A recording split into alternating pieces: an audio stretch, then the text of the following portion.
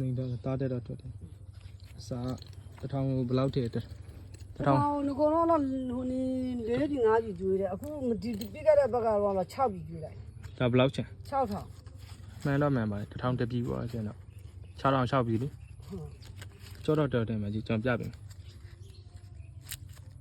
ကြော့တာလေ ကျွတ်တယ် ဒါကြီးကြော့နေ ကျောင်းဆိုတော့အ နေပြန်လာရေးပြီးရင်ဟိုတစ်ချက်တောင်ကြောက်ရတယ်သူဒီရေညှိအစာလေးပါလေထည့်ကြွေးတော့ ရ ပေါ့ င်း ကော ကြီး င်း ကတော့တက်တယ် ရေညှိအစာကတော့တို့ဟိုတာဘိုဇွိုင်းဆိုတဲ့အစာလေးအဲ့လေးကြွေးတယ်တော့ဒီအခုလိုယာသီးနဲ့လေပဒက်စာတော်မှ6နေလေပဒက်စာတွေဖွေးမနေဘူးဒီပဒက်စာဆိုတိ မ တာ မပလက်စာဆင်းနေရမှာ ပဒက်စာကြီးတွေ တချို့တွေမုတ်ဆက်ကြီးဆင်းနေ ထုတ်ပြီးတော့လေဒီအမြင့်မှာဟိုပင်ငယ်ဆင်းမှာကျွန်တော်မြေအောင်ပိုးသက်ဆေးတော့ပါမထည့်ရသေးဘူးမလားဒီကြိုင် ထည့်ရတယ် အဲ့လေးထည့်ဖို့လို့သူကမြေဖုနဲ့မတုတ်တော့ခွာဒီမှာလေပဒက်စာကြီးတွေထုတ်နေသလား ဟုတ်ပါ ထုတ်နေတော့ဒီပဒက်စာကြီးကလည်းပုံများအပြောဟိုရိုးရိုးပဒက်စာလို့အစာချမ်းမကောင်းဘူးလေကုတ်တုတ်ဖြစ်နေတော့